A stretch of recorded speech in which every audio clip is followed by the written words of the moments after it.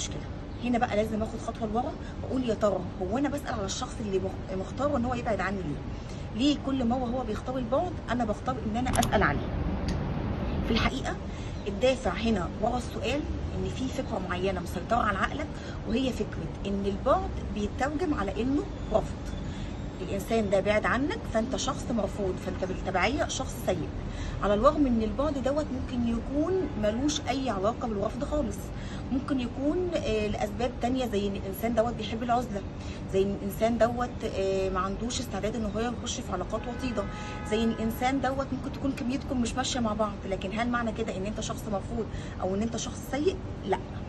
فهنا لازم اكلم عقلي وافهمه ان مش كل بعد اترجمه على انه رفض، وما ينفعش طول الوقت اجري ورا الناس اللي بتبعد عني واتنازل عن كرامتي واتنازل عن بعض المبادئ اللي عندي عشان اديهم اسباب قويه للبقاء.